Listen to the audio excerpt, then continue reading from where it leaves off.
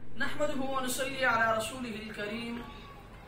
अम्मा बादु फ़अऊज़ु बिल्लाहि मिनश शैतानिर रजीम। बिस्मिल्लाहिर रहमानिर रहीम।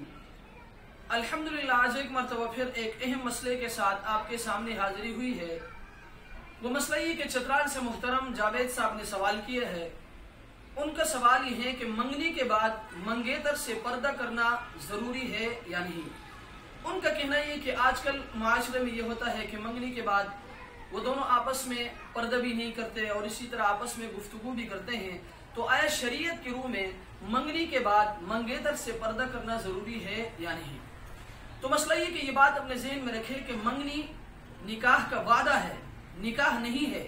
इसलिए जब तक निकाह नहीं होता वो दोनों आपस में अजनबी हैं और दोनों के दरमियान पर्दा करना भी जरूरी है। इसलिए कोशिश ये करें कि जब आपकी किसी के साथ मंगनी हो जाए तो निकाह से पहले उससे पर्दा भी करें और इससे गुफ्तगू करने से भी इज्तिनाब करें। अल्लाह तबारक व तआला हमें इस मसले को समझने की तौफीक अता फरमाए।